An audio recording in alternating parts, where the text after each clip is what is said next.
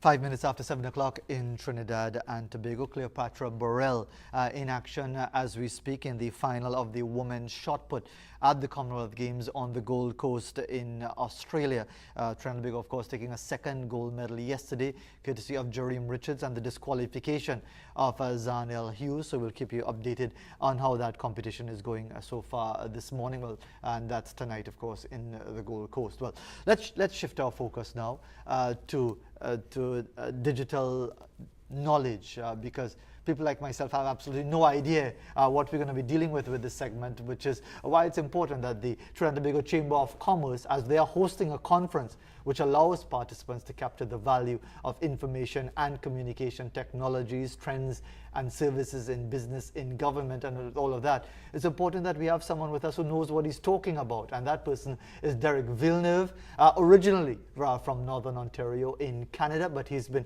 part of the Trinidad and Tobago environment for more than 20 years now. He's the chairman of the Trinidad and Tobago Chamber of Industry and Commerce and their Pro TT committee, and he's here to talk about that event that's going to be happening, Ignite Your Digital Transformation. It's going to be next month, May the 15th and 16th at the Hyatt Regency. We're going to give you some more information on the event as well, how you can register for it and all of that.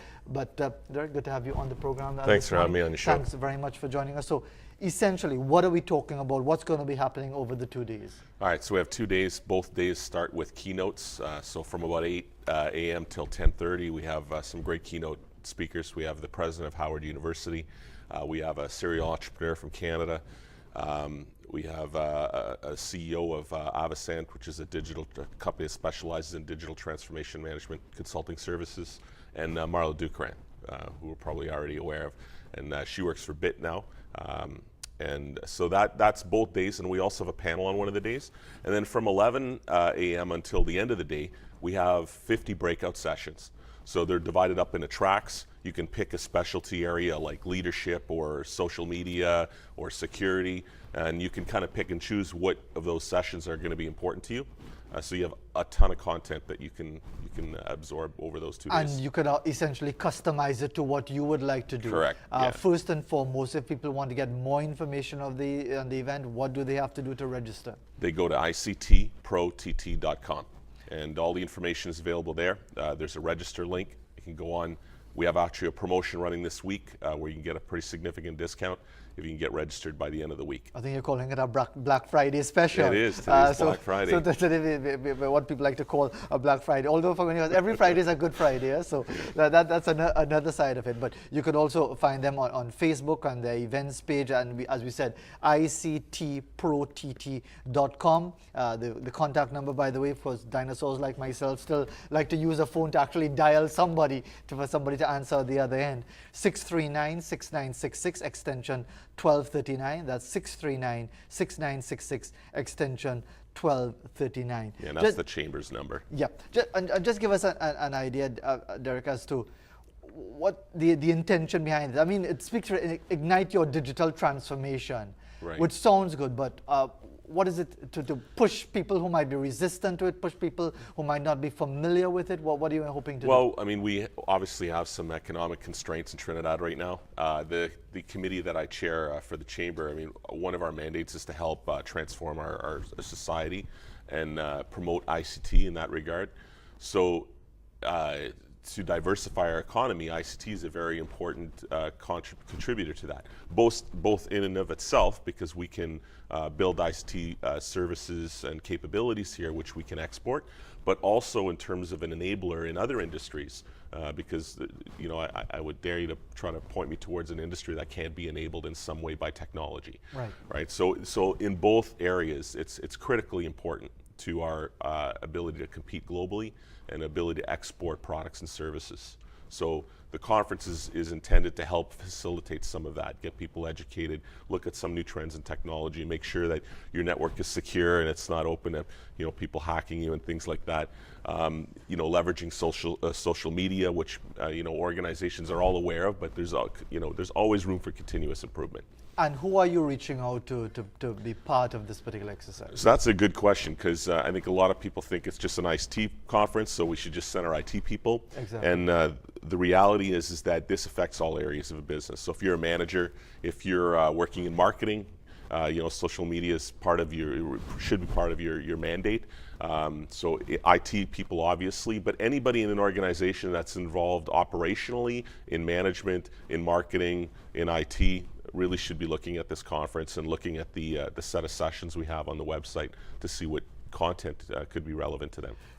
There is a perspective that young people gravitate a lot easier to this because they've grown up with it, they're very savvy with the technology, and the older people, the dinosaurs like myself, are resistant, they don't understand some of the jargon, they're a little intimidated, they feel a lot of the discussions going over their heads, so why bother attending something like this? Right. Well, a lot of our sessions they're hour sessions, so you're not going to get really deep into technical stuff. It is intended to be value, but also more high level. So I would argue that's exactly the reason you should attend the event, is to become aware of some of these trends, what's going on in the marketplace, and then understand how you can leverage it in your business. So when your IT guy comes and tells you something about that technology, you're not operating in the dark. And for those who might still be saying, look, I've been doing business for 50 years, I've been doing with my great-grandfather for 75 years or 100 years, and we're doing quite well without social media. What would you say to those people? Well, I mean, if you're doing well, that's great, but the world is changing. Technology has disrupted a lot of businesses. We've seen it in many areas. Uber, for example, and taxi, we even have that here in Trinidad. That's been, whether it's happening today or it's going to happen in the future, it will happen. So best not to stick your head in the sand and make sure you take advantage of what's coming. And from your own experience in Trinidad and Tobago, as you were mentioning to me before we came on here, you've been around these parts since 1998, so that's 20 years now.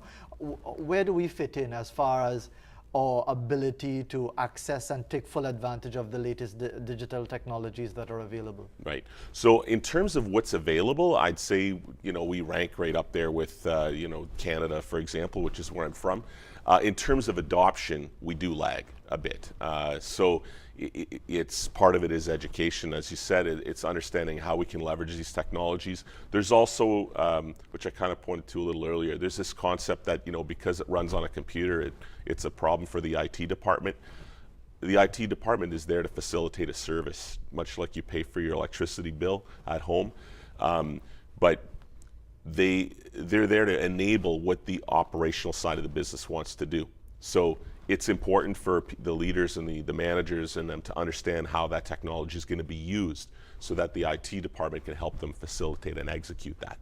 And we always hear about these things called hacking into this and hacking into that. And I suppose when people are very conservative by nature, they say, you know what, I'd rather stick with my tried and trusted format rather than go the way of IT, because the next thing somebody has hacked into my system and stolen all of my data and information.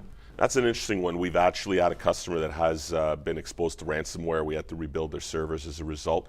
Interestingly, one of the questions I often get a lot is, cloud, is it secure or not? Well, in this particular instance, it prompted the customer to move from on-premise equipment to the cloud to be more secure, to help avert that type of ransomware attack. Because definitely in the cloud, these providers like Google or Microsoft and Amazon, they're in the business of security. If their networks are breached or their data centers are breached, you're going to be reading about that in front page news. Whereas the servers and the equipment that are in most businesses today are, they could be on somebody's desk or in a room that has open access.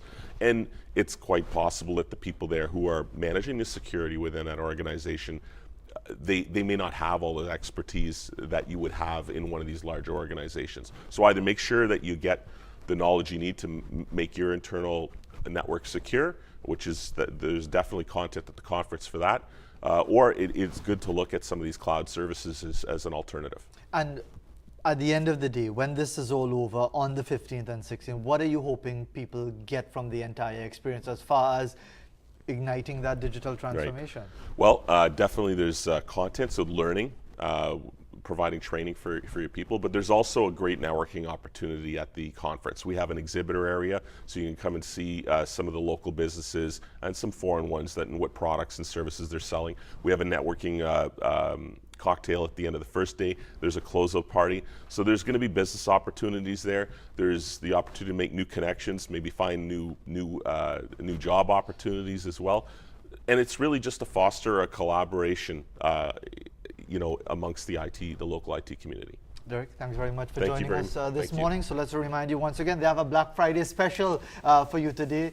Business people, so they know how to sell things. You can get some specials on the rates for the event. It's called Ignite Your Digital Transformation, May 15th and 16th at the Hyatt Regency in Port of Spain. For all the information, registration information, cost for the different segments of the two-day exercise, you go to www.ictprott.com. That's ICTProTT.com. Their Facebook page is also there, and you can also call, again, if you're one of those who press buttons and like to talk to a human being, 639-6966. That's 639-6966, extension 1239. That's the chamber offices in West Moorings. While we're going out, we're going to show you some footage of Cleopatra Burrell competing in the women's shot put final at the Commonwealth Games on the Gold Coast. I think we're going to see her second attempt in the finals of the competition, and we'll be back right after the break. Let's go back to now the other women's final underway at the moment. It is the women's shot put. Cleopatra Burrell of Trinidad and Tobago. That is a good throw from Burrell. She'll need to wait for that to be measured. The 2015 Pan American Games champion, first at the Central American and Caribbean Championships back in 2008, 2011 and 2013.